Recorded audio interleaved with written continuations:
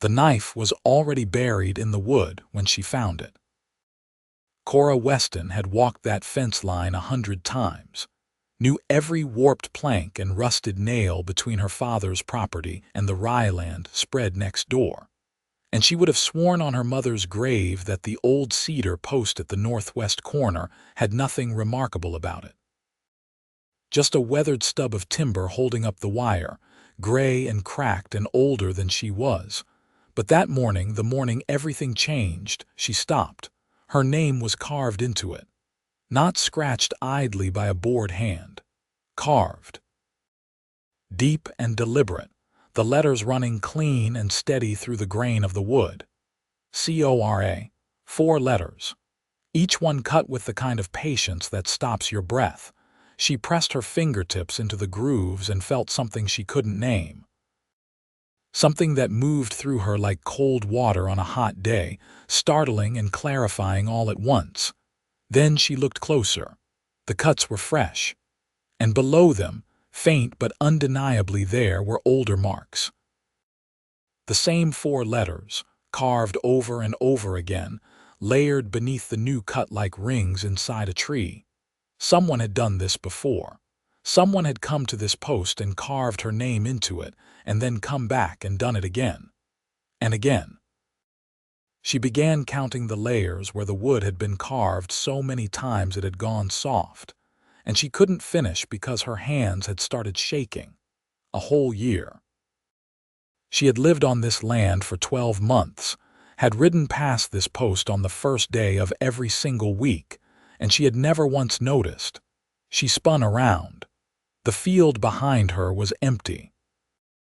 The morning sky was pale yellow at the horizon, and the dew was still thick on the grass, and there was no one anywhere that she could see.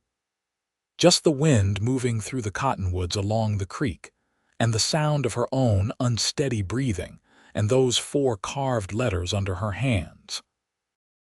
She thought about Caleb Ryland. The thought arrived the way truths sometimes do, without warning and without mercy, and she understood immediately that she had always known it was him. She had known without knowing, the way you sometimes feel a storm before you see a cloud. The quiet man on the other side of the fence.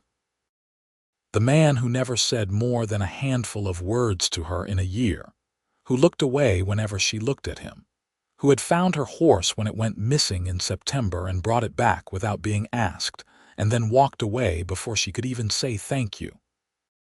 She pressed her palm flat against the carved letters and closed her eyes. She did not know whether to cry or run toward him or run away.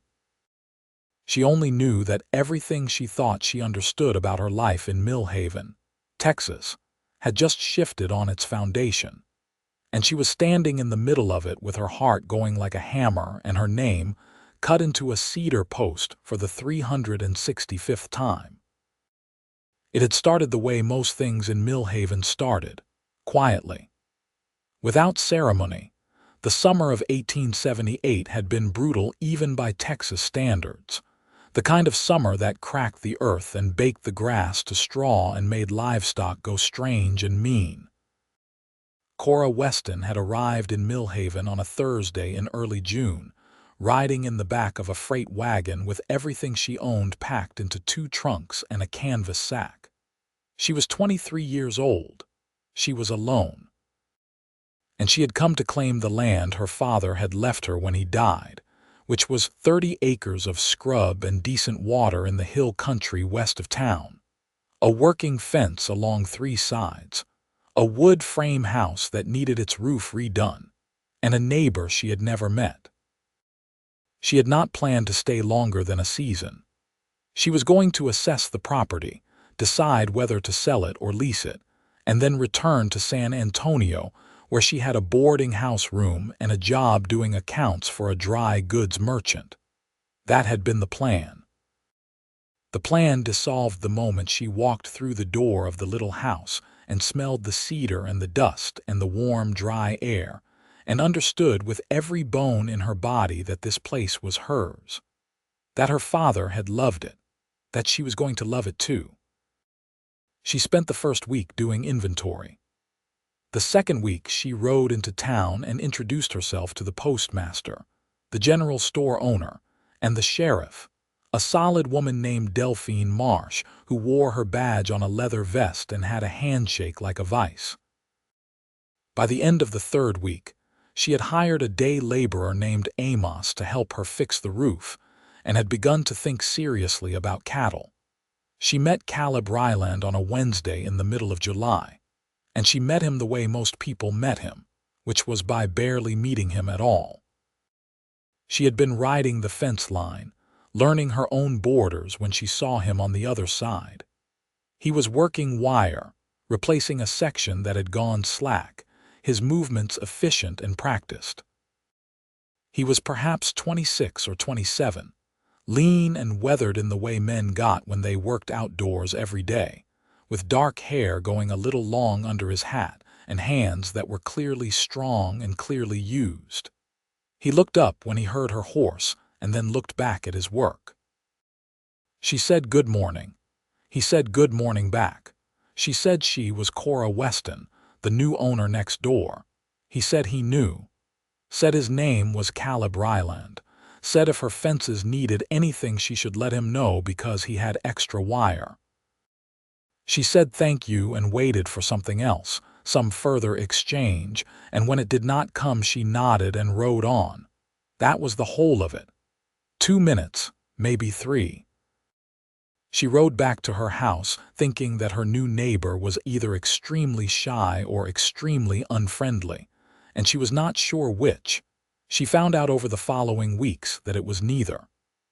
Caleb Ryland was, by all accounts in Millhaven, simply a quiet man. Not cold, not rude, not broken in any obvious way. Just quiet in the manner of a person who had decided long ago that words were expensive and should not be spent frivolously. The man who ran the feed store said Caleb was one of the most reliable customers he had, always on time, always paid what he owed, never complained. The woman who kept the boarding house said he had boarded there for a month when he first came to Millhaven, and had been the most considerate tenant she ever had. Sheriff Delphine Marsh said he was the kind of man who made her job easy, by which she meant he never caused trouble and occasionally helped prevent it. Nobody in town seemed to know much about where he had come from.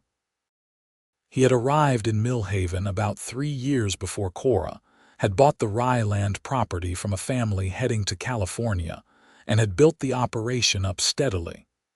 He ran beef cattle and kept a few horses. He employed 2 hands part-time. He went to church on Sundays, though he always sat in the back and left before the socializing started. He did not gamble, did not drink to excess, did not pick fights. He was also, Cora noticed in the particular way a woman notices things she is not ready to examine, uncommonly good to look at. There was a stillness about him that she found both puzzling and oddly compelling, like a deep well that looks ordinary until you drop a stone in it and listen to the echo. She told herself she noticed this the way she noticed anything factual. The sky was blue, the summer was hot, her neighbor was handsome and silent. These were simply true things about the world. She did not carve anything into any fence posts. August was the month. She began to understand that survival on this land was going to require a degree of self-reliance she had not entirely anticipated. She had cattle, a small starter herd of 12 head she had purchased from a ranch selling off stock, and she had the land. But between those 2 facts there was a great deal of physical work that required either money she was running short on or skills she was still building.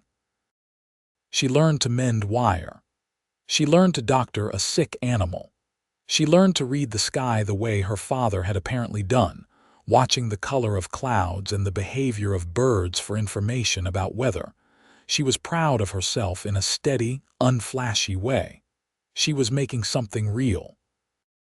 Then September came, and with it the incident with the horse, her mare, a chestnut named Della, had gotten out through a gap in the south fence during a nighttime windstorm and was gone when Cora went to the barn in the morning. She spent most of that day searching on foot and on her secondary horse, a patient gray gelding named George, covering every acre of her property and the public land along the creek without finding any trace. By late afternoon, she was worried. Della was not just transportation. She was the horse Cora's father had kept for the last 5 years of his life, and she mattered. Just before dusk, she heard hoofbeats. Caleb Ryland came around the east end of her property leading Della by a rope halter, the mare walking quietly beside his own horse as if this were a completely normal arrangement. He pulled up at her gate, leaned down, handed her the lead rope without ceremony. He had found her down in the arroyo east of the creek, he said. Sounded like she had gotten herself tangled in a mesquite thicket and then worked free. She seemed all right, maybe a small cut on the foreleg worth watching. Cora took the rope. She looked at Della, who was indeed fine, and then she looked at Caleb, who was already turning his horse to leave. She said thank you. She said it with enough warmth that it should have invited a conversation, or at least a pause. He nodded, touched the brim of his hat, and rode away. She stood in the fading light holding her horse's lead rope, and watched him go and felt something sharp and formless, like the beginning of a question she did not yet have the words for. That was September. In October, she started a kitchen garden on the south side of the house, planting things that would come up in the spring. It was a hopeful act, the kind you only do when you have decided to stay somewhere. She dug the beds herself on a clear October afternoon, and she was on her knees in the dirt pulling rocks out of the soil when she realized that Caleb Ryland was working the fence line on his side, not far away. He was perhaps 40 yards distant. He was not looking at her. She went back to pulling rocks. 20 minutes later, she looked up again and he was gone. But she noticed, with a small catch in her chest she could not account for, that the section of wire near the shared post at the northwest corner had been straightened and retightened, something she had been meaning to do for weeks. He had fixed it without being asked, and without saying a word about it. She sat back on her heels in the dirt and stared at that fence for a long time. November brought the kind of cold that settled into the hills and stayed. Not the extreme cold of the northern states, but a persistent, thin chill that got into the bones and made everything harder. Cora was spending more time indoors, going over her finances, writing letters to the bank in San Antonio about the small loan she had taken to expand the herd, learning the particular arithmetic of running a cattle operation. The numbers were workable but only just, and there was a quality of vigilance required that she had not fully anticipated when she made the decision to stay. She went into town one Friday in November to collect mail and supplies, and she was loading sacks of cornmeal into her wagon when she heard raised voices from the direction of the saloon. A man named Gideon Pratt, who owned a larger spread to the north and had what Sheriff Marsh called an entitlement problem, was arguing with one of his former hands in the street. The argument was escalating in a way that made the people nearby start to edge away. Caleb Ryland was standing at the rail outside the feed store. He was watching. Cora watched too, and she saw the moment that Pratt's hand went toward his belt, and she felt her stomach drop. And then she saw Caleb step forward and say something very quietly to both men. She could not hear what he said. But whatever it was, Pratt stopped moving and the former hand stepped back, and after a long moment that felt like a wire about to snap, both men turned away from each other and the situation dissolved. Caleb walked back to the feed store rail and picked up his order and loaded it into his wagon as if nothing had happened. She went home and thought about that for 3 days. December arrived, and with it, the understanding that she was lonely in a way that was no longer acceptable to ignore. She had neighbors in a loose sense, and she had a cordial acquaintance with several people in town, but she did not have friends here, not yet. She had not had time to build them. She wrote letters to a woman named Harriet who had been her closest friend in San Antonio, and Harriet wrote back, and those letters were sustaining but not sufficient.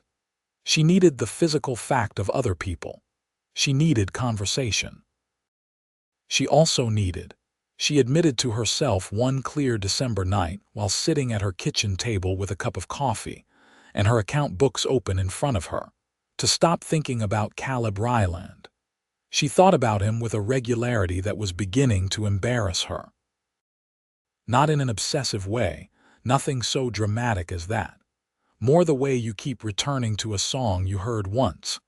He occupied a particular corner of her thoughts where she kept things that were interesting but unresolved.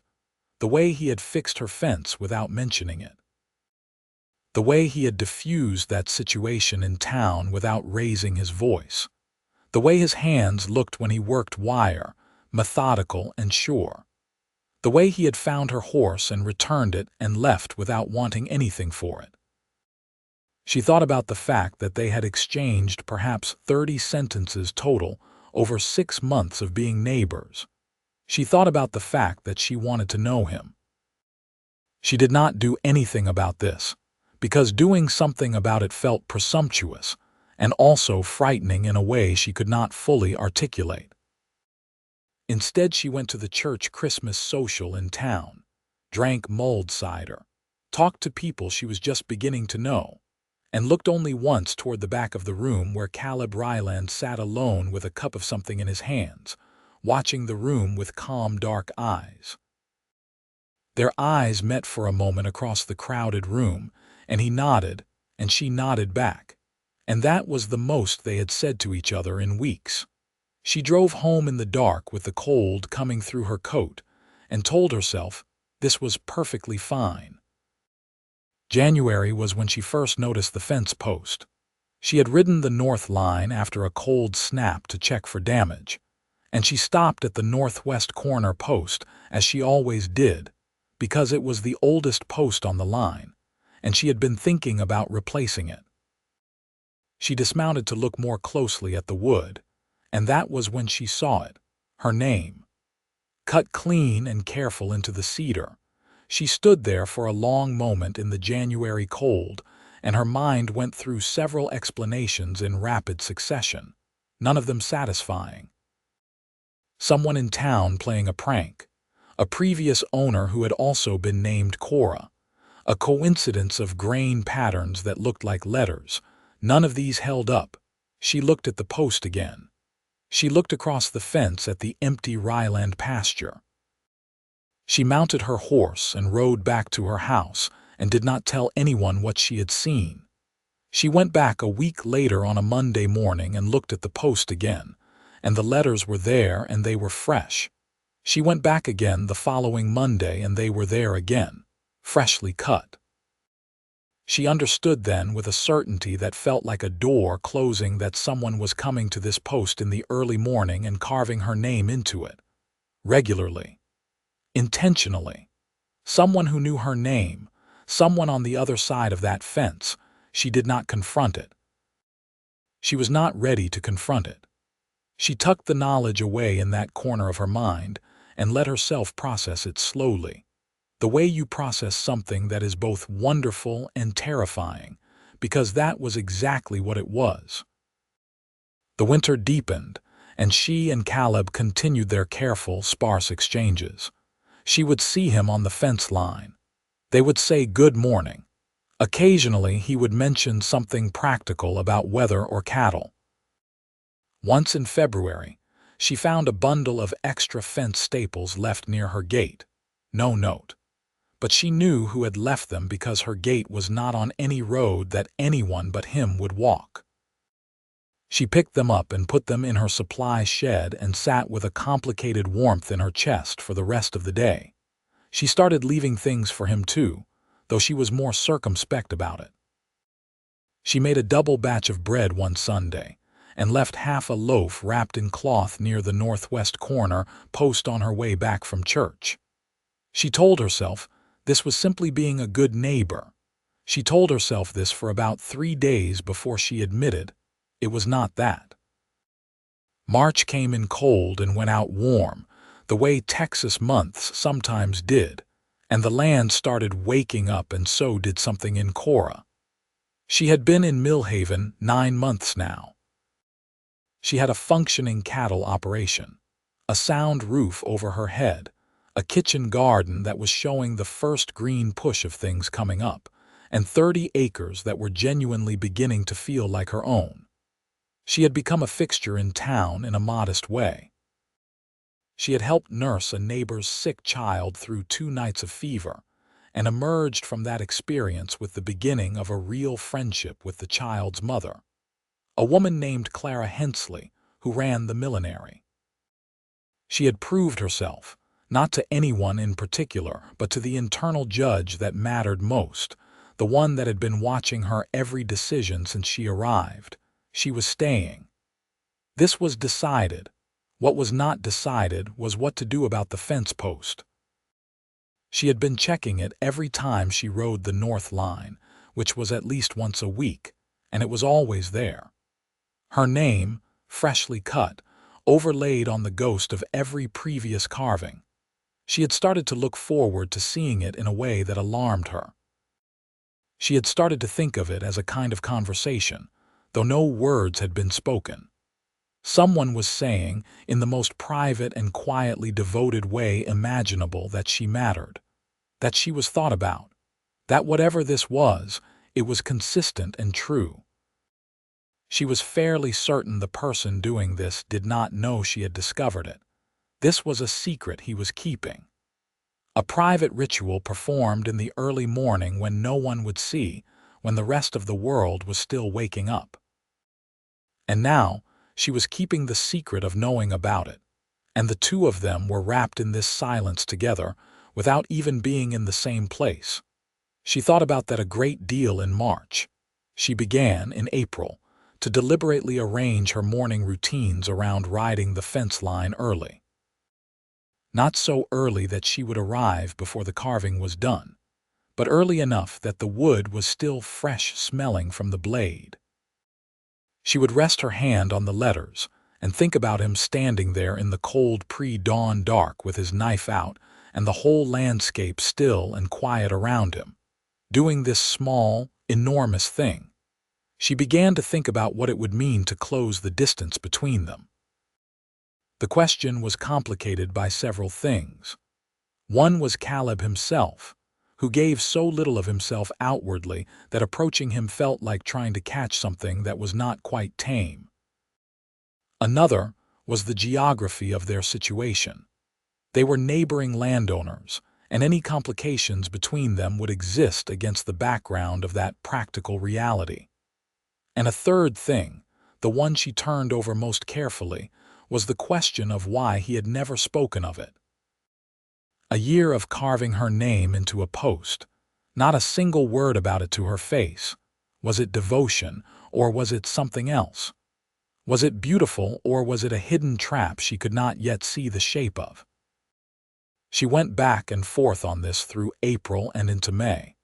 And then on a Tuesday morning in the middle of May, something happened that changed the calculus completely.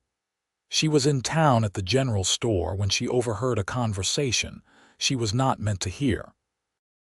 Gideon Pratt, the man from the saloon incident, was talking to another rancher named Howell in the back of the store, voices low but not low enough.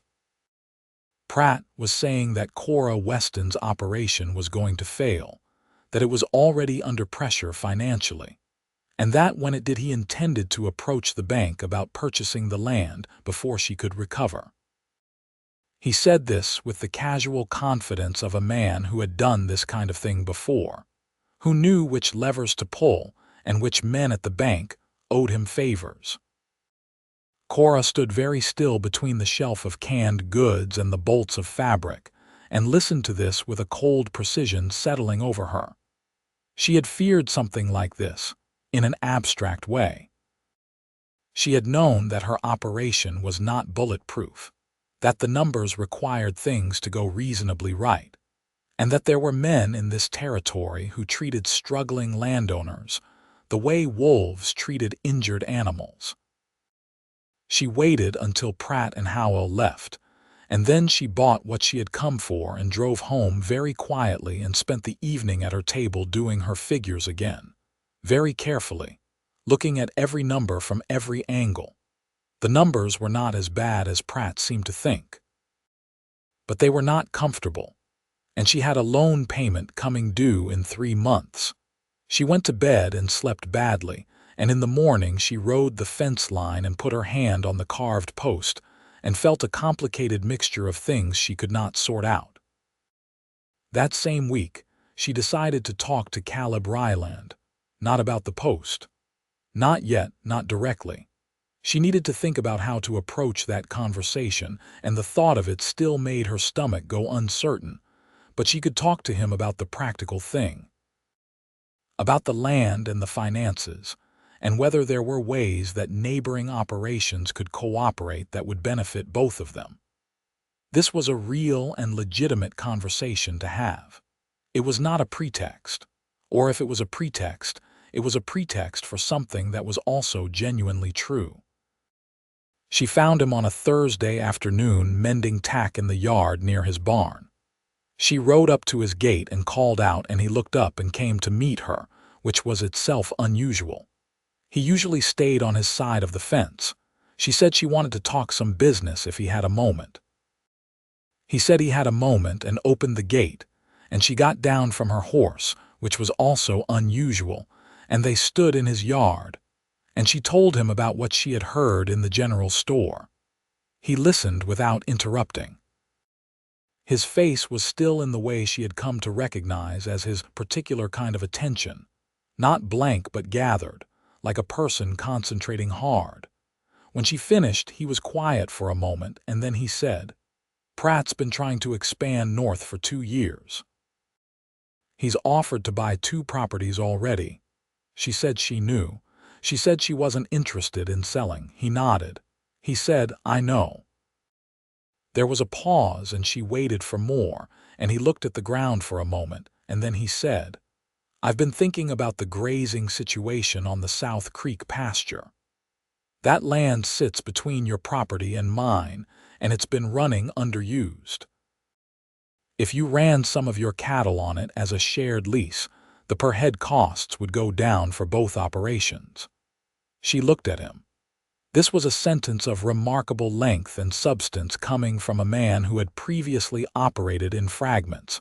She said she was interested in hearing more. He talked about the specifics for perhaps 15 minutes. He had clearly thought about this already, had numbers and considerations ready. It was the most she had ever heard him speak continuously, and she found herself watching his face as he talked, watching the way the careful quality of him translated into this careful, precise outline of something practical and mutually useful. When he was done, she said it sounded like it could work and asked if she could have a few days to look over her own figures. He said, "Of course." She said, "Thank you." She started to turn toward her horse and then turned back and said, "You've been a good neighbor, Caleb. I want you to know I've noticed that." Something moved across his face. A very small thing, a shift in the quality of his stillness, like a stone dropped into that deep well. He held her eyes for just a moment and then looked away. He said, "You've done good work on this land." She rode home with her heart making itself known in her chest, in a way that was entirely unhelpful and also entirely unavoidable. They formalized the shared grazing arrangement by the end of May. It was a modest document, written in plain language, signed by both of them and witnessed by Sheriff Marsh, who raised an eyebrow at this collaboration but said nothing except that it seemed sensible. The arrangement meant they saw each other more often.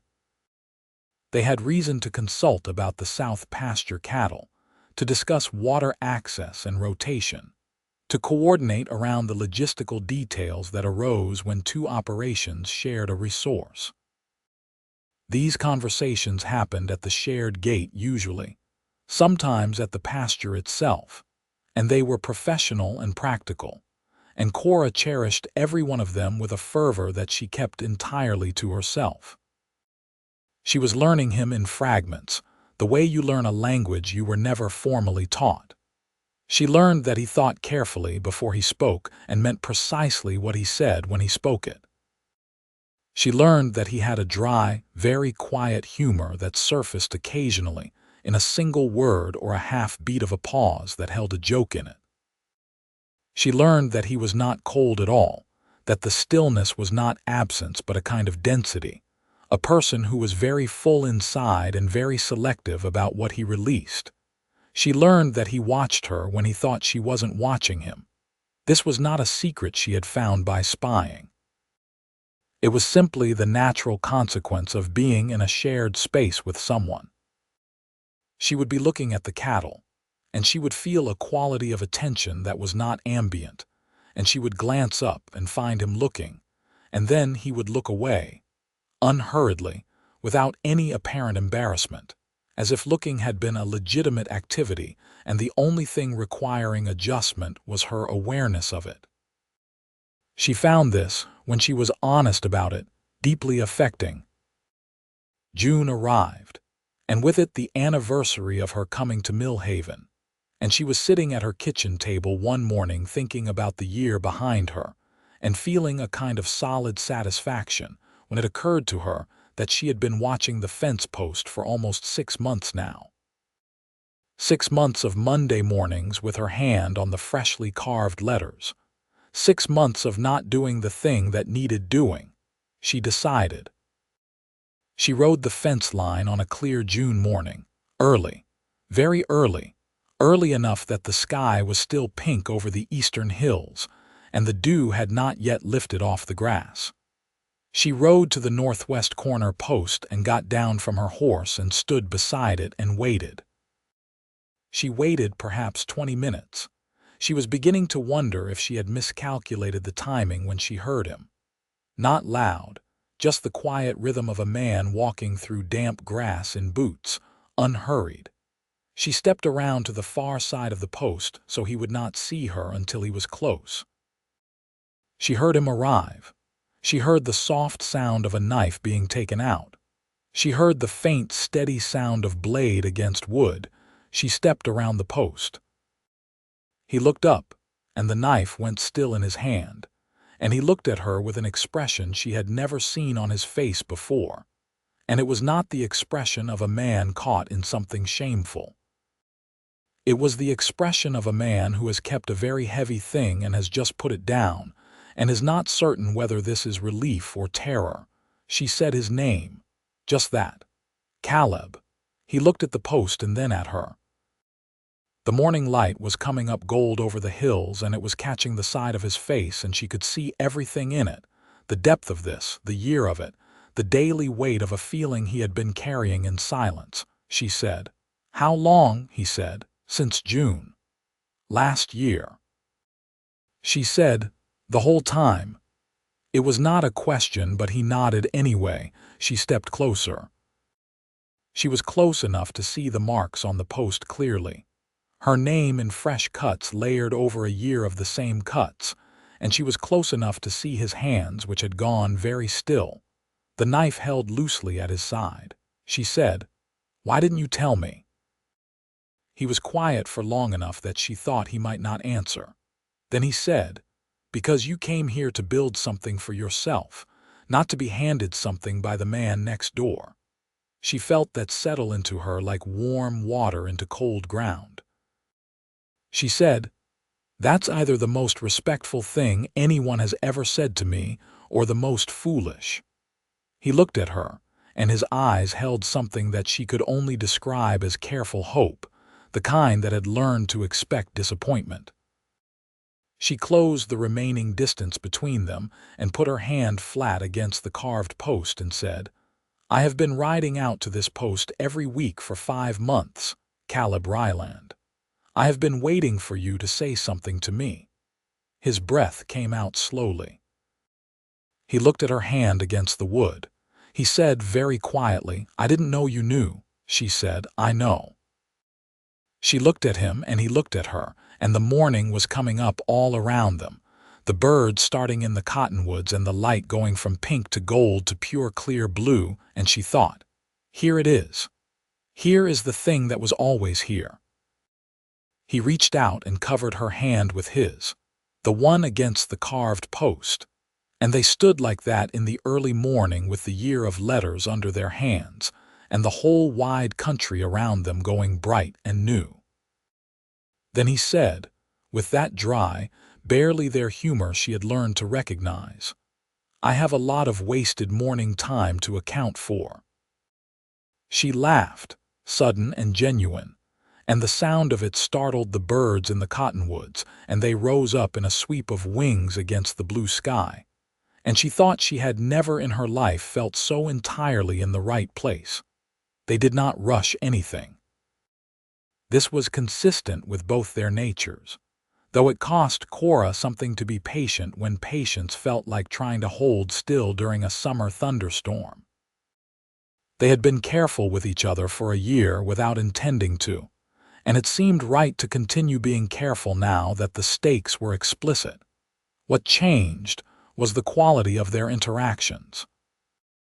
The practical conversations about the shared pasture continued, but they were longer now, and they wandered, the way conversations do when the people having them are finding their way toward each other. She learned about his family, a father in Arkansas who he wrote to but rarely saw, a sister who had married a carpenter and gone north, a childhood that had been plain and decent and not particularly storied, except for the part where he had struck out on his own at 22 with very little capital and a great deal of stubbornness, and had made something of it. He was 28, she learned, 5 years her senior, a distance that felt entirely reasonable given who they each were.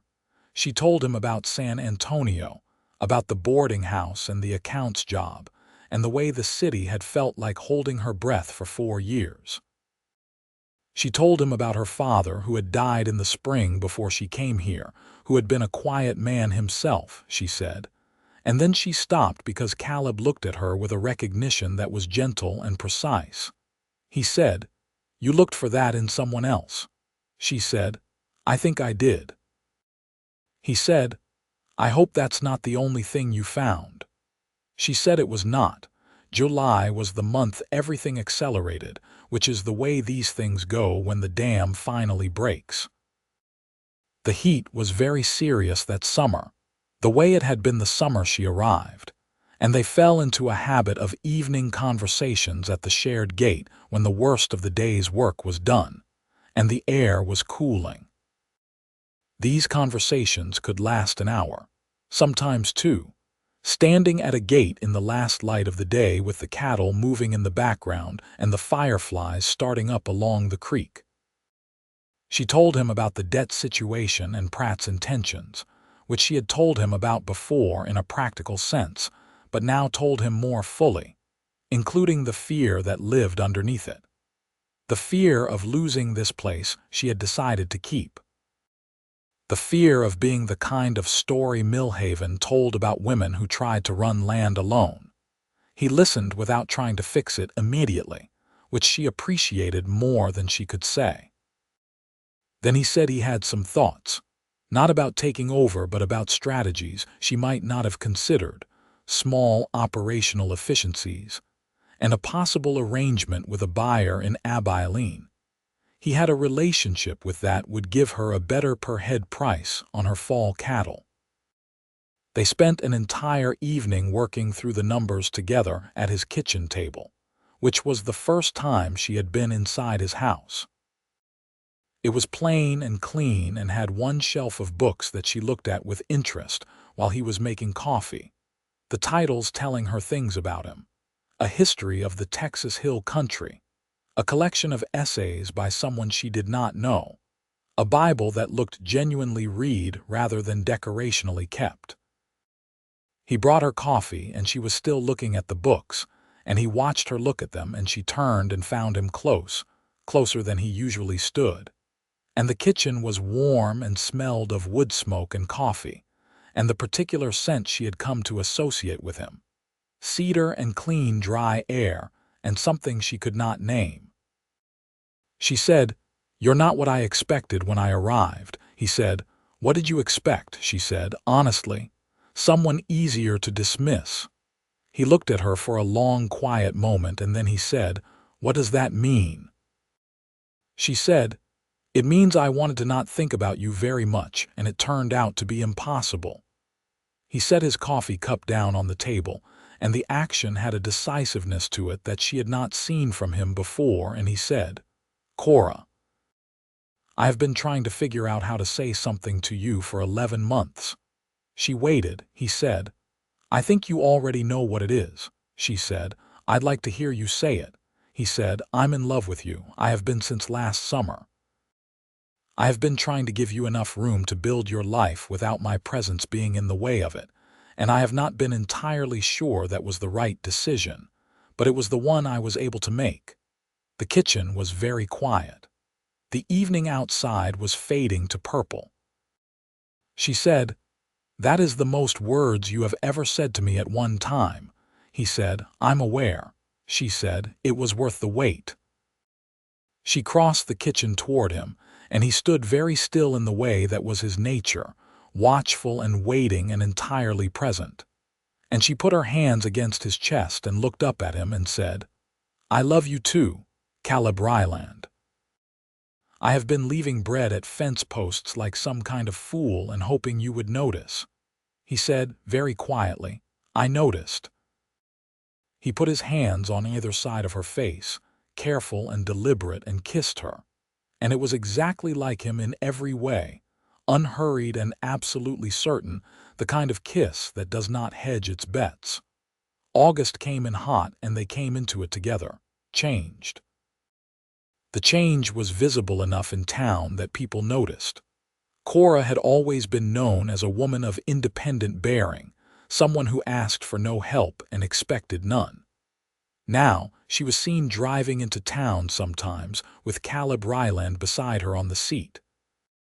They were seen walking together on the main street.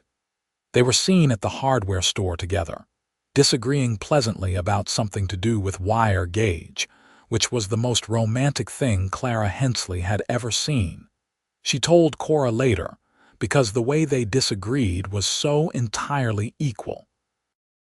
Gideon Pratt noticed too, and his response was characteristic. Cora listened to this with the cold precision she had developed for dealing with Gideon Pratt, and then she said, "Thank you for stopping by," and waited for him to leave.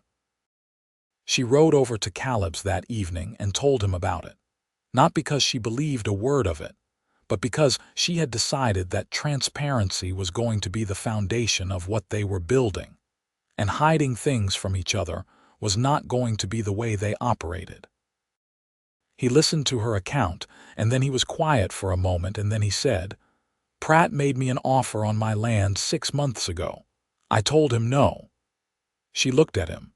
He said, "He's been looking for a reason to come between us since we set up the grazing arrangement." A combined operation is harder to pick apart than two separate ones. She said, "Did you set up the grazing arrangement partly with that in mind?" He looked at her steadily. He said, "Yes." She considered this. She said, "For the record, I don't think your motives were hidden. I think you wanted to protect both operations and also to have a reason to talk to me more often." He said, "Both those things are true." She said, "Both those things are all right with me." She reached across the table and took his hand, and he turned his hand over under hers and held it, and they sat like that in the evening while the sun went down. The autumn of 1879 was the most beautiful season Cora had ever experienced, and she had a feeling this had less to do with the weather and more to do with the company. The fall cattle sales went better than she had hoped. The Abilene buyer Caleb had mentioned came through, and she got a price per head that more than covered her loan payment with enough left over to begin a modest reserve. When she went to the bank in town and paid the installment, the banker, a careful man named Mr. Tully, looked at her over his glasses and said her account was in better standing than he had expected, and that the operation appeared to be viable. She said she was glad to hear it. She drove home in the fall afternoon light with the hills going gold and copper around her, and felt the specific satisfaction of a person who has done a hard thing well. She also felt, underneath that solid satisfaction, a trembling quality she recognized as happiness of the kind that has not yet been tested by time and is, therefore, fragile. She was not naive about this. She knew that people who loved each other still had to navigate the practical world together, and the practical world had sharp edges. She knew that trust was not given but built, piece by piece, and that even what felt certain could be tested. She had one test still ahead of her, and she had been thinking about it since August. She had not told Caleb about her full financial situation, not the details. She had been afraid that the full picture, the actual number of the loan, the margin she was operating on, the fact that one bad season could still undo everything she had built, would change the nature of what they had, would make him feel responsible in a way that she did not want to introduce into what was between them. She had kept this hidden not to deceive him but to protect the equality of their relationship. She understood, as autumn deepened, that this was itself a form of betrayal. Small and well-intentioned, but still a decision to keep something from him. And he had been entirely open with her about everything she had asked, including the uncomfortable truth about the Pratt conversation. She told him on a November evening at her kitchen table, with her account books open between them and a lamp casting yellow light across the columns of numbers. She told him the full amount of the loan, the timeline, the margin, the contingency plans she had, and the places where they were thin.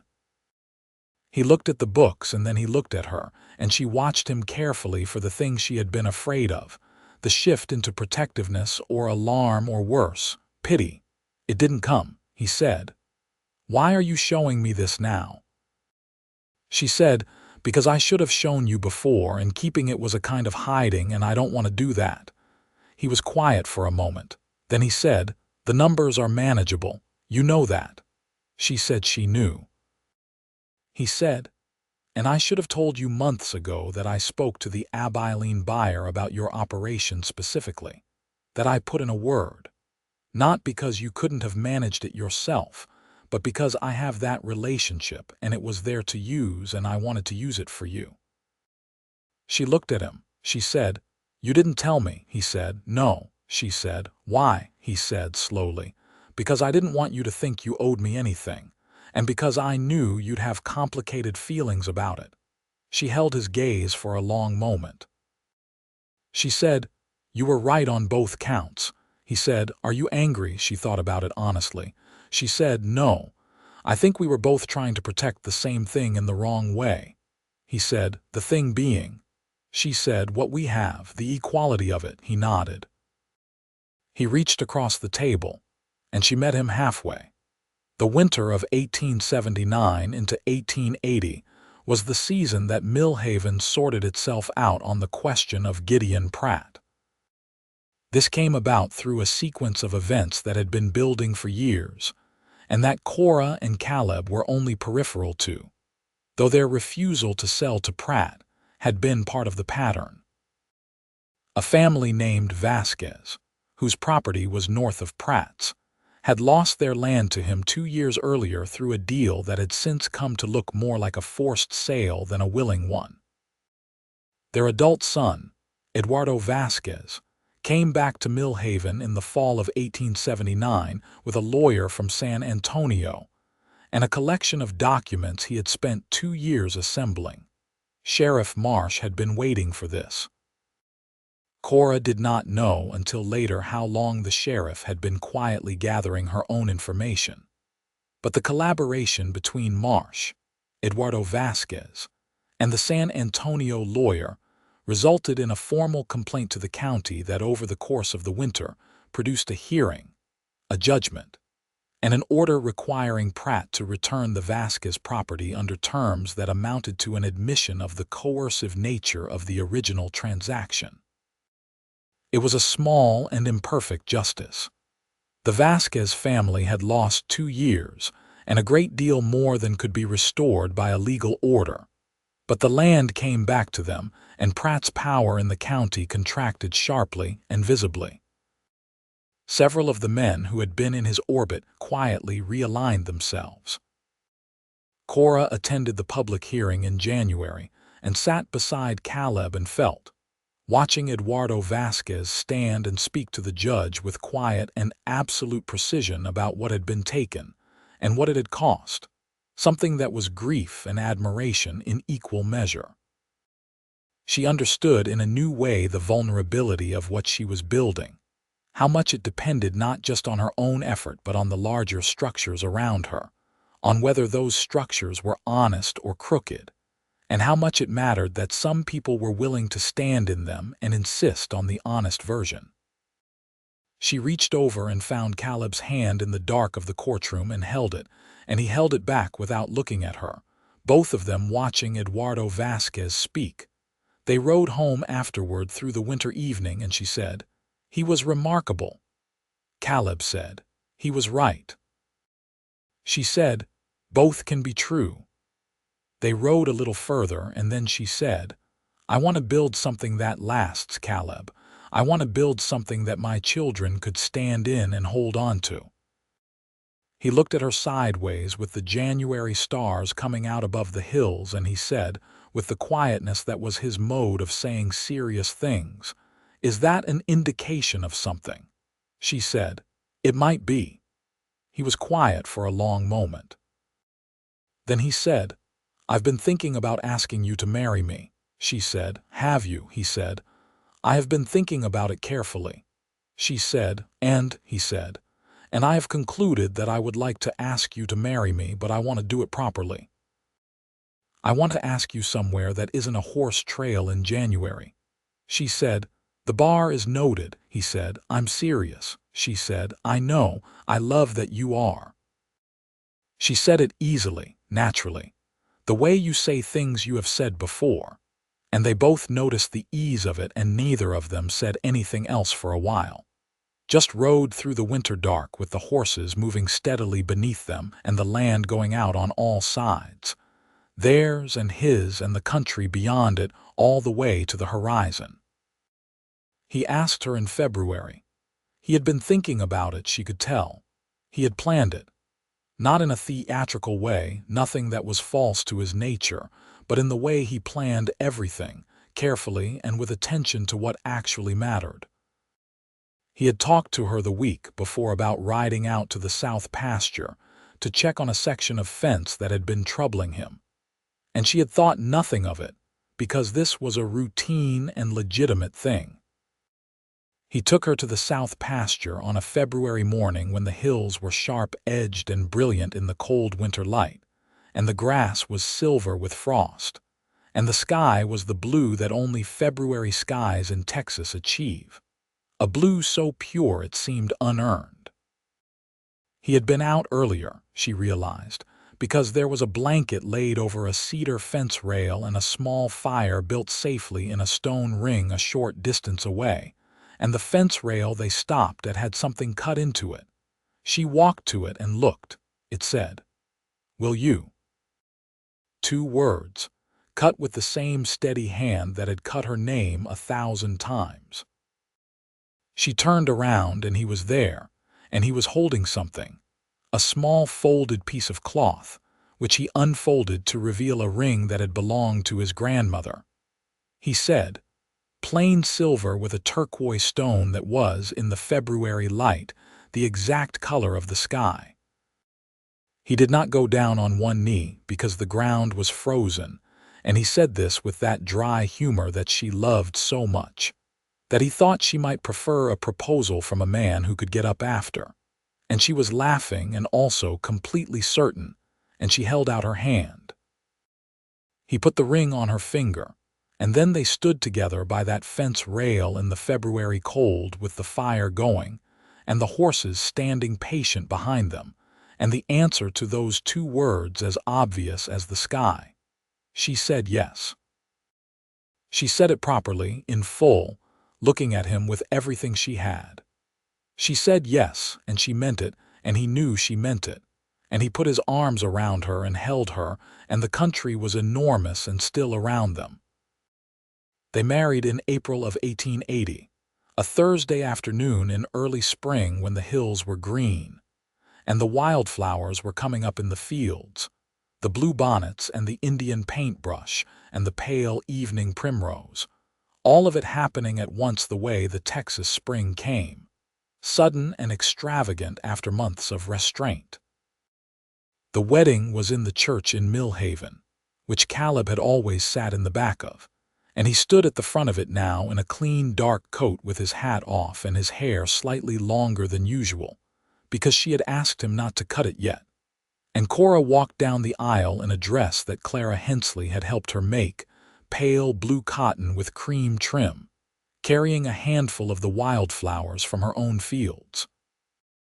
The sheriff was there, and Clara and her husband, and the family that ran the feed store, and Eduardo Vasquez, who had become something of a friend over the winter, and a dozen other people who had become part of the fabric of her life in Millhaven. Her friend Harriet had come up from San Antonio for it, and cried quietly in the second row, and then told Cora afterward it was the most natural-looking marriage she had ever witnessed, by which she meant neither party appeared to be performing anything. The pastor, a kind man named Reverend Cole who had been in the county for 20 years, married them with a plainness that suited them both. When it was done, and Caleb kissed her, understated and absolutely certain in front of the whole town, there was a sound from the assembled people that was not quite a cheer and not quite a sigh but something between them, the sound of a community acknowledging something true. They had a modest celebration at the church hall afterward with pie and coffee and beer for those who wanted it, and people danced to a fiddle and a guitar played by two men from the Vasquez family who were apparently known for this in the county. And Caleb danced with her to one slow song and held her carefully, and she thought, against his shoulder, that she had been right that first July when she thought he was like a deep well. She had dropped a stone and been listening to the echo all this time, and now she was in the water. She told him this later, on the way home, and he said it was either the most romantic thing he had ever heard or the most alarming, and she said probably both. They combined the properties formally the following month, a legal process that required a surveyor and some hours of paperwork, but that resulted in a single deed naming both Caleb Ryland and Cora Ryland as owners of what was now 65 acres in the hill country west of Millhaven, bounded on the north by the creek, and on the east by the county road, and on the west by the same cedar fence that had 2 years of Cora's name carved into one of its posts. They kept that post. Caleb offered once, obliquely, to replace it. She told him if he touched that post she would use the fence wire to tie him to it. He laughed, one of those real laughs that he was not generous with and therefore all the more valuable, and said the post was staying. The summer of 1880 was the first summer Cora lived on the property as a married woman, and it was, she found, genuinely different in ways she had not fully anticipated, not in any dramatic sense. The cattle still needed tending, the garden still needed attention, the accounts still needed doing, the fence line still needed regular inspection. The work was the same work. But the quality of the days had changed in some fundamental way, as if someone had turned up a lamp that had previously been burning at half its potential. She woke in the mornings in the room they had made from 2 rooms by taking down a wall, and she could hear him in the kitchen making coffee, a sound so simple and so consistently there that it became the opening note of every day, the thing that said, "You are here and he is here, and this is your life." He was still quiet. This did not change. He had not become a man who filled the air with words simply because he was in love and married. But the quality of his quiet had changed. It was no longer the quiet of a person keeping something back. It was the quiet of a person entirely comfortable in the space he was in, and that made all the difference. She was still direct and precise and willing to say the thing that needed saying. This did not change either. If anything, having someone who listened with his whole attention made her more articulate, more willing to work through a thought out loud because she knew it would be received with seriousness. They were, by the end of that summer, almost embarrassingly well suited to each other. And when Clara Hensley told her this with some exasperation mixed into the fondness, Cora laughed and said she suspected this was true. Fall brought a development they had hoped for and feared discussing too explicitly. Cora was carrying their child.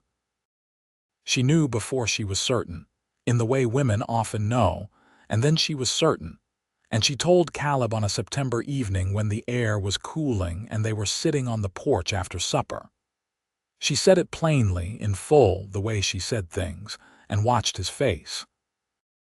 The thing that moved through him was entirely visible, and it was not the efficient nodding of a man processing information, but something much larger, something that went all the way through him from his chest to his face to his hands, which he put over hers without looking away from her eyes.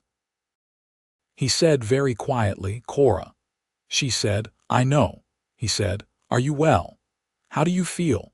She said she felt sick in the mornings and entirely fine the rest of the time, and that the doctor in town had said this was perfectly normal. He said, "You went to the doctor before you told me." She said she had wanted to be sure. He said he understood, and also that she should have told him when she first suspected, and she said she knew that too. And he said, gently, that they were going to have to work on her independent streak. And she said they were going to have to work on his patience about her independent streak. And he looked at her with the deep, steady warmth that had replaced the careful hope of a year ago, and said that he was perfectly capable of being patient. He had been practicing for years. She said she had noticed. The winter of 1880 was spent in preparation, practical and otherwise. They enlarged the house, adding a room on the south side that would do for a nursery and eventually for whatever purposes a growing child needed a room for. This work Caleb did largely himself with occasional help from Amos, who had stayed on as their regular hand. A man of comfortable silences, who seemed to have no difficulty at all with Caleb's conversational style, and who had been visibly pleased in his own quiet way at the wedding. Cora managed the accounts during the winter with a focus that was clarified by stakes. She had a child coming.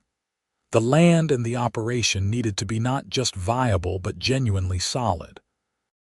She spent hours with the figures, found 3 efficiencies she had not seen before, wrote a letter to the Abilene buyer to establish a relationship in her own name, and by February had a set of numbers in front of her that she showed Caleb without any hesitation and which he reviewed and said, "This is very good work." She said she knew. He said she did not have to keep proving it to herself. She looked at him. She said, "Old habit," he said. "You've been doing this alone for a long time." She said, "I have." He said, "You're not anymore." She held his gaze for a moment, and then she looked back at the figures and said, "I know. That's still new." He put his hand on the back of her neck, gently, and she leaned back into it for a moment, and they sat in the lamplight of the winter kitchen with the accounts spread on the table and the sound of wind in the cottonwoods outside, and she thought, this is what having someone is. Not the absence of the hard things, but the fact that they are not faced alone. Their son was born in May of 1881, on a Tuesday afternoon when the bluebonnets were still up in the fields and the spring was doing its extravagant best. He came into the world with a vocal energy that was entirely unlike either of his parents, a strong and opinionated announcement of presence that made the doctor who attended the birth smile broadly and say, "This one has something to say." They named him Thomas, for Cora's father. Thomas James Ryland was a healthy child with dark hair and dark eyes that eventually settled into the same particular brown as his father's. And he had, from his earliest weeks, a quality of attention that was unmistakably his father's nature translated into infancy. Watching the world with a focused seriousness that was deeply endearing and occasionally unsettling in someone whose primary occupation was learning to hold his own head up. Caleb held his son with a carefulness that went beyond the ordinary cautiousness of a person holding a small and fragile new human. He held him with the whole quality of his attention brought to bear, entirely present, entirely certain of the weight and importance of this small person in his arms. Cora watched him hold Thomas on the second day, the light coming through the window of the new room onto both of them, and she understood something about Caleb that she had been understanding in stages since January of last year. The depth of him was not a mystery. It was just very large. Large enough to have held everything he felt for her for a year without letting it show, and large enough to hold this too, this new irreversible fact of a person he would be responsible for and love without condition for the rest of his life. She said his name quietly and he looked up and she said, "You're going to be wonderful at this." He looked at Thomas and then back at her and said, "I'm going to need your help." She said, "We're going to need each other's help." He said, "That's been true for a while." She smiled. She said, "It has." The summer after Thomas was born was full in every sense of the word. The cattle operation was in its best shape yet. The south pasture they had originally shared was now fully integrated into a single system that ran efficiently and well. Amos had become essentially a permanent fixture, and they had added a second-hand part-time, a young man named Davis who was 20 years old and so earnest it was almost painful. Thomas grew at the rate small humans grow, which is alarming and wonderful, and began to assert preferences and opinions in the pre-verbal way of infants, which mostly involved loudly evaluating the quality of everything in terms of acceptable and not acceptable. Caleb, Cora noted with private amusement, was completely unprepared for the emotional directness of a young child, and dealt with it by applying the same focused attention he brought to everything else, which actually worked remarkably well. Thomas would be in the middle of a complaint, and Caleb would crouch down to his level and simply look at him with the full weight of his regard. And the child would frequently stop mid-sentence and look back, as if deciding whether this level of seriousness merited the continuation of the complaint. Cora witnessed this exchange approximately once a week, and it never failed to make her deeply happy. Clara Hensley came to visit one afternoon in August and found them all three in the yard, Thomas on the ground making a serious investigation of a stick. Caleb crouched nearby watching this investigation with full attention, and Cora sitting on the porch steps watching both of them. Clara sat down beside Cora and they watched in companionable silence for a moment, and then Clara said, "I will say this, Cora Ryland. I was not entirely sure about that man of yours when you first started this. He seemed too quiet." Cora said, "And now?" Clara said, "Now I think the quiet ones might be the whole secret." Cora said, "Don't tell too many people. It'll ruin the supply." Clara laughed and Thomas looked up at the sound, and then held out his stick toward his father in what was either an offering or a demand for an assessment. And Caleb took it and examined it with the gravity of a man evaluating something genuinely important. The autumn of 1881 brought several things. One was the formal resolution of the last complications from the Pratt matter. Eduardo Vasquez's family had been farming their recovered land through a full growing season, and it had gone well, and there was a quiet celebration among the people who had helped make that happen. A dinner at the Marsh house that included the Vasquezes and the Rylands and a half-dozen others. Sheriff Marsh made a speech that was about 4 words long and said approximately what needed to be said. And Eduardo's mother, a woman named Senora Carmen Vasquez, made enchiladas that Cora thought were the best thing she had ever eaten and requested the recipe with such enthusiasm that everyone at the table laughed. Carmen Vasquez taught Cora the recipe the following Saturday at the Ryland kitchen table, and the two women spent an afternoon cooking and talking, and Cora realized she had found another friend. The other thing autumn brought was the discovery that she was expecting again.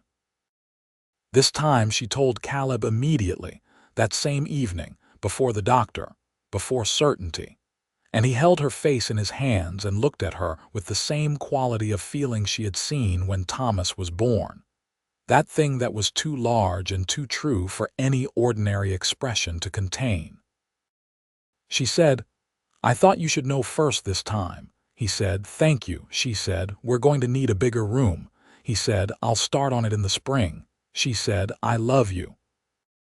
He said it back in full, the way he had learned from her to say the serious things plainly. And she leaned into him, and they stood in the kitchen of their joined house on their joined land, while Thomas slept in his room down the hall, and the autumn dark lay over the hill country outside. And the whole of what they had made together was in the room with them, solid and real and still becoming. Their daughter was born in June of 1882, 13 months after Thomas. They named her Alina, and she arrived with the same vocal announcements as her brother had and immediately established that she had opinions at least as strong as his. Thomas, who was 14 months old and not yet walking steadily, was brought in to meet his sister and looked at her with the focused gaze that was entirely his father's nature, and then reached out one careful hand and touched her cheek. Cora cried. She was not a woman who cried easily, and she knew it, and she was not embarrassed about it.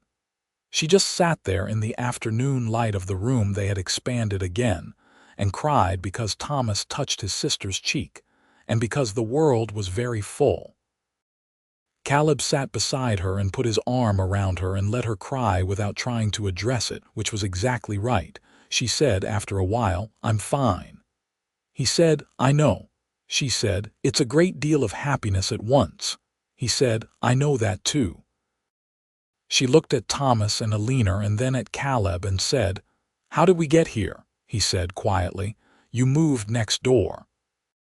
She laughed through the last of her tears, and he held her tighter, and outside the window the June fields were green and brilliant, and the northwest corner of the property still had its old cedar post with the carved letters in it, and the land went out in every direction as far as the eye could go, and it was all theirs. The years that followed had the quality of real life, which is to say, they contained both joy and difficulty in proportions that did not always seem fair, but were always navigable. The droughts came, as droughts in Texas always did, and required adaptation. There were years when the cattle market was difficult and years when it was good. There were illnesses in the family that caused fear and then passed. Amos injured his arm one winter and was out of work for 8 weeks, and Caleb and Cora paid him through it without discussion, which was not something Amos forgot. Davis turned out to be an excellent hand who stayed with them for 3 years before going north to build his own thing, and they sent him off with good wishes and a fair reference. Thomas grew into a boy who had his father's quality of attention and his mother's directness, which was a combination that made him simultaneously easy and relentless. And Caleb and Cora navigated this with a mixture of pride and mild exhaustion that was entirely standard for parents of children like him.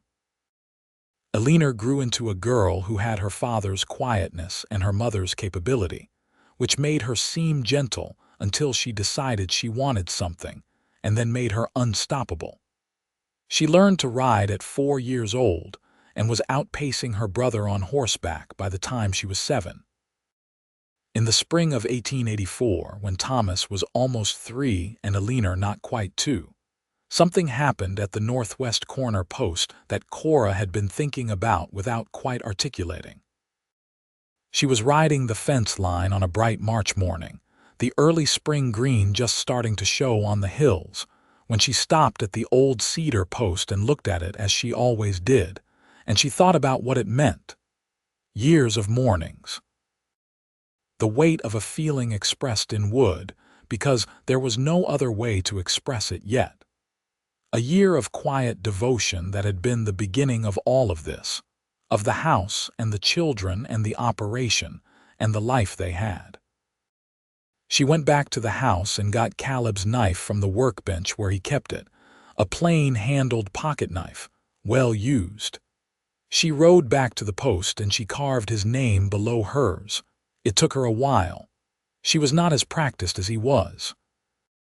But she was careful with it, and she cut deep, and she got it right, Caleb. Below the palimpsest of her own name, layered with every morning of that first year, his name once cut cleanly into the old wood, she put the knife in her pocket and stood back and looked at it. When he found it 2 days later, he stood at that post for a long time. She watched him from a distance, from where she was working in the south field, and she saw him stand there with his hand on the wood and his head slightly bowed. And she thought about the morning she had stood in exactly that position, in exactly that kind of stillness, with her heart going hard and her name under her hands. He came back and found her in the field, and he did not say anything. He just came to where she was working and put his arms around her from behind and held on, and she felt the whole steadiness of him at her back, and she put her hands over his, and they stood in the spring field with the green hills around them. She said, "I should have done that 2 years ago." He said, "You did it now," she said. "That's your thing, isn't it? Accepting what is instead of what should have been." He said, "I learned it the hard way," she said. "Tell me." He was quiet for a moment. Then he said, "I spent 11 months working up to a conversation I kept not having. Every morning I went to that post because it was the only way I could say it without being afraid of the answer. And every morning I told myself I would say it properly soon." He paused. "And then you came around the post and said it for me," she said. "I have always been the braver one." He said immediately, "You have not." She laughed. She said, "We could argue about this." He said, "We could." They stood in the spring field a while longer, not arguing, the sun on the green hills and the cattle moving slowly in the distance, and the children at the house with Amos keeping an eye, and the old fence line running from one end of the property to the other with its ancient cedar post at the northwest corner. The summer of 1885 was when they had the conversation they had been circling for a year, which was about what happened to the property when they were gone. This was a practical conversation and also a deeply sentimental one, and Caleb was the one who raised it, characteristically direct when he had decided something needed to be said. He said he wanted to write down their intentions clearly, not just the legal arrangements but the intentions behind them, so that Thomas and Eleanor would know what their parents had wanted. Cora said she thought that was a very good idea. They spent several evenings working through it, and it turned out to involve a great deal of conversation about what they had each hoped for when they came to this land, and what they believed they had made here. Caleb said he had come to Millhaven looking for something he could not name, a kind of rootedness he had not had growing up. Cora said she had come to honor her father and had found something she did not expect to find. They talked about the land itself, the way it had shaped them, the way the rhythm of seasons and cattle and fences and weather had built a kind of knowledge into them that was physical and permanent. They wrote it all down. The practical arrangements and the intentions both. They put the document with their other papers. Then Caleb said he thought there was one more thing that should go down somewhere, and Cora said, "What was that?" And he said, "The post." He meant they should tell the children about it when they were old enough. She said, "What do you want them to know about it?" He thought about this carefully. He said, "That sometimes the way you love someone is not what you can say out loud, but you find a way to say it anyway, and that the right person is the one who looks close enough to find it." She was quiet for a moment. Then she said, "That's the most beautiful thing you have ever said." He said, "I had 4 years to work up to it." She threw a dish towel at him and he caught it. And they were laughing in the kitchen of their house on their land while their children slept down the hall.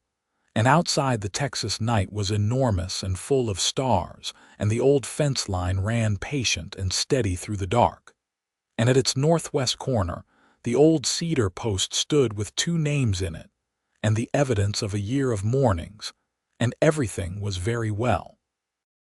In the spring of 1886, Thomas turned 5 and became deeply interested in everything his father did, following Caleb around the property with an exactitude that Cora found completely charming, and that Caleb dealt with by simply including Thomas in the work, explaining things in the plain and patient manner that was his nature, treating the boys' questions as legitimate inquiries.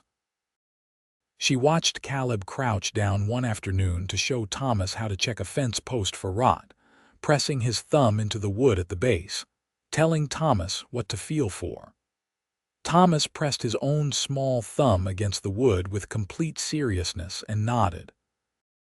She thought, this is what the fence meant, not just those 4 letters in the cedar, the whole practice of it, the tending to things, the daily return, the quiet insistence that something mattered, proven not in grand gestures but in the repeated ordinary act of showing up. She thought about the carving, and the bread left at fence posts, and the grazing arrangement, and the November evening with the account books, and the February morning with the turquoise ring, and Thomas touching Alina's cheek. She thought about all of it and understood that it was one continuous thing. The same note held a long time. That evening she sat on the porch with Caleb after the children were in bed, the warm made dark around them and the fireflies going in the field below the house, and she said, "I want to tell you something." He looked at her. She said, "I am the happiest I have ever been in my life. I want you to know that I know that, and that I know what made it possible, and that I am grateful for every single morning of it." He looked at her for a long, steady moment, and then he said, "So am I." She leaned her head against his shoulder, and they sat on the porch in the May dark while the fireflies lit the field below, and the children slept, and the cattle were quiet, and the land held them the way land holds the people who love it, patiently, permanently, with a depth that has no bottom. The old cedar post at the northwest corner stood in the dark at the edge of their property, weathered and solid, with both their names in it. The morning light would find it again as it always did, as it would for as long as the post stood, faithful to its grain, holding the marks of a year of quiet and devoted mornings, and the single afternoon when a woman came around the fence with everything she was and said, "I know. I have been here. I have been waiting." And the man who had been carved her name into the wood every morning for a year had put down his knife and said, without words, without hesitation, with the full weight of everything he was, "Here I am." And that had been enough. That had been everything.